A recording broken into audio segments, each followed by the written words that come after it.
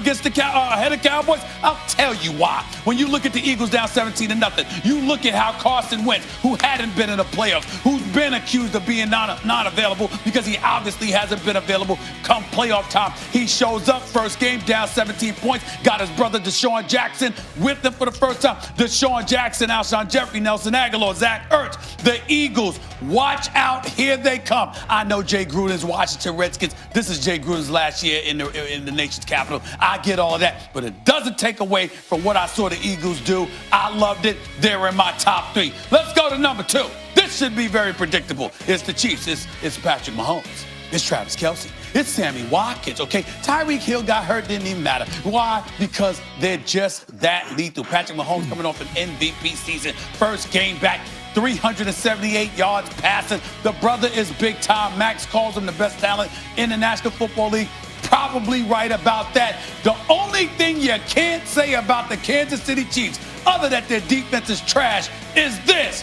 They ain't number 1. We know who that is. It's the New England Patriots. Why? Because you got Tom Brady. Why? Because of James White, Sony Michel. Because of Julian Edelman and the crew. Oh, by the way, I was going to sit up there and say Antonio Brown, but we don't know whether or not he's going to be available for them. Still in all, what they did to my Pittsburgh Steelers, I got to give it to them. That I was going to say, Patriots, Chiefs, I got no argument, except with the AB stuff. If someone wanted to flip-flop them, like I saw in the AFC Championship game last year, if not for a pre-snap penalty, the Chiefs beat them. Can't see Chiefs like that. Is garbage. Those two, 1 and 2. However, Eagles, Cowboys, Saints, by the same logic that you have the Cowboys there, couldn't you put Baltimore there? Yeah. Baltimore whooped up on a bad team, but Lamar Jackson, and who do I always quote the analytics, Stephen A? Yeah. Yes. Warren Sharp. The greatest, he claims, and he backs it up, the greatest age 21 passer in the history of the NFL. Passer! Right. Lamar Jackson! Compare apples to apples. Compare it to people his own age. Max, newsflash, there's a debate as to whether or not the Miami Dolphins are even an NFL team. But same thing, but hold on. I mean, that's our issue right now. We don't even know. Same thing with the Giants. Excuse me, I'm so disappointed The in you. Dolphins are better than the Giants. This is a week-to-week list. Yes. We've listened to this guy and everyone all summer be so hyped up about the Browns. I was about to bring it up. Go on the road and smash them. Don't the Titans? No, they don't. Give the Titans any love in your week-to-week list. Molly, yes. I'm consistent. I never thought much of the Browns, so I'm not making a big deal of the Titans. I got one more for you. Go ahead, Ryan.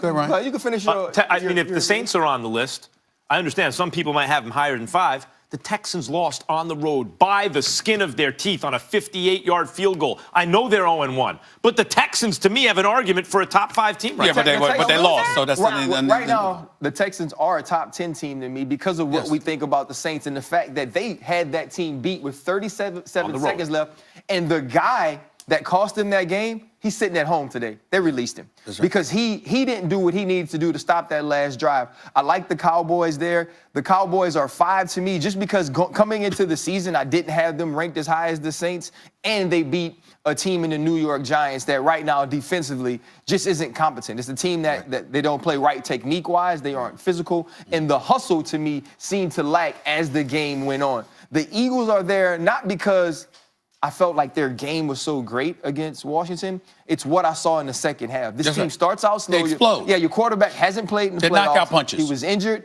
and he starts to get it going, and they seem unstoppable. And obviously, the top 2, Stephen, I can't argue with you at all. Those 2 offenses and what my we saw list is from them pretty this weekend.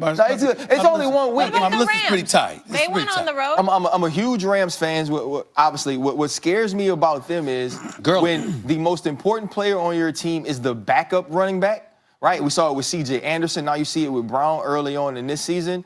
Todd Gurley can still do things when he gets the rock. He went for 98 on 13, 14 carries.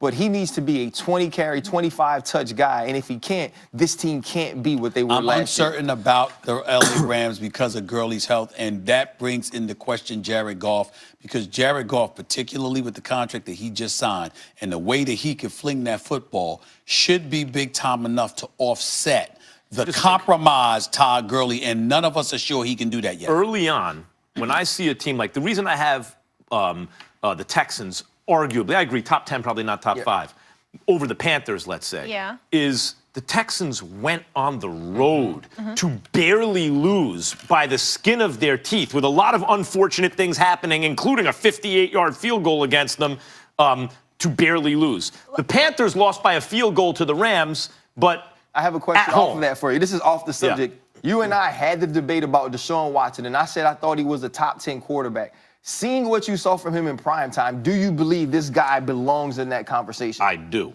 I think that, in fact, we argued the other day, I think by the end of this year, come these upcoming playoffs, if you just isolated quarterback play, you may even prefer him to Drew Brees. And I think that's by the what time moves that happens. the Texans into the top I five. agree. Watson's special. I agree with you. All right. We'll leave it on that note. Ryan, thanks for being with us. Thank you, guys. That back in endorsements tenfold. So, I think, if he were to take a little bit of a price cut, it would enable them to keep, Cooper and continue to pay the guys around him and continue to pay their offensive line, because that is what really kind of stirs the pot for them, is that offensive line. If you can continuously draft guys like they have that end up being great players and then pay them and keep them around to protect you, he'll win a bunch of football games. What's going on, everybody? Welcome back to First Take, coming to you live from the Seaport District at Pier 17, brought to you by Chase. Ryan Clark, good to have you with us. Good to be here. That was Carson Palmer just now. He says if he was Dak, he would take less money to help build the team, win Super Bowls, and make up that lost money in endorsements. And just for a distinction, we were just discussing this over the break. We're not sure when Carson says 10 to 15 if he's referring to 10 to 15 million or money of the 10th to 15th ranked quarterback. Max, do you agree with Carson? Not if he means 10 to 15 million. Okay. But I do agree with the sentiment that if you trust that the team you play for is owned by someone or people who have the reputation of taking care of their own, if you played ball with them, then I would consider giving a pretty good discount to the Dallas Cowboys if I was Dak Prescott, along the lines of what Tom Brady's done in New England. There's a way in the NFL to kick the ball, to kick the can down the road, right? So you keep restructuring, you get your money up front, but oh wait, that average annual is not so high, but it doesn't matter because you're going to restructure again, and eventually toward the end of your career, if you stay with that team, it's like, the team for a year or two has to eat a number they don't want to keep you paid. Something like that. And then so the question then becomes, how much? And from Dak to me right now is a $20 to $25 million a year quarterback. He wants 36. And then the question is, would he trust the Joneses to take care of him if he played ball with them? I think actually the answer is yes. I think if he hitches his wagon to that star, or whatever the expression is, to the Lone Star, and really is like a Dallas Cowboy for life kind of guy, and continues to play at this level, or at a good level, Dak Prescott is the kind of guy who will get taken care of. It's a risk. You have to do a little bit of that on faith. You mean even like barring injury, that kind of thing? Well, no, I mean, he needs a big contract now, of course.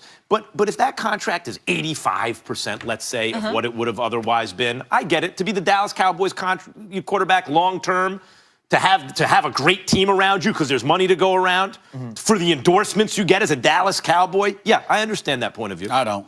I ain't trying to hear that from Carson Palmer. Carson Palmer made over $172 million in his career. Carson Palmer signed for a $42 million deal with the Cincinnati Bengals years ago. I think that was like 2003. We got to remember, everything's relative back then. That was dollars. Big money. Equivalent to, to today's numbers for the top-notch players. As late as 2013, he had a deal. He was making about $13 million a year. Remember, it was only recent that these exorbitant amount of dollars coming in the quarterback's direction, that was the case.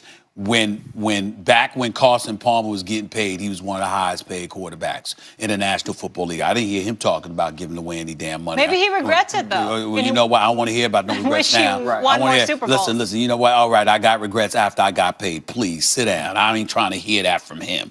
All I'm saying is this. When you look at what the Dallas Cowboys have done, La'el Collins has been taken care of, Ezekiel Elliott has been taken care of. When you look, Jalen Smith has been taken care of. And so when I think about that, understand something. We always hear about how important the quarterback position is. And when you think about the quarterback of a franchise, you're not just looking for them to throw the football. You're looking for them to know the offense, know everybody else's job. You're also looking for them to be quintessential leaders, because as you go, they go. And so the level of responsibility that is placed on any quarterback is enormous. When you combine that with it being the Cowboys brand, and you being the successor to Tony Romo, the virtual adopted son of Jerry Jones. And you never did a thing except the right thing. Exactly. Yeah. And the man's never done anything but the right thing. He hasn't missed a start. He started all 49 games. He was eligible to start in his NFL career. He's a two-time Pro Bowler, two-time division champion. He's already accomplished more in his young career than Tony Romo did in 8 years for you as the quarterback. And I recall Tony Romo.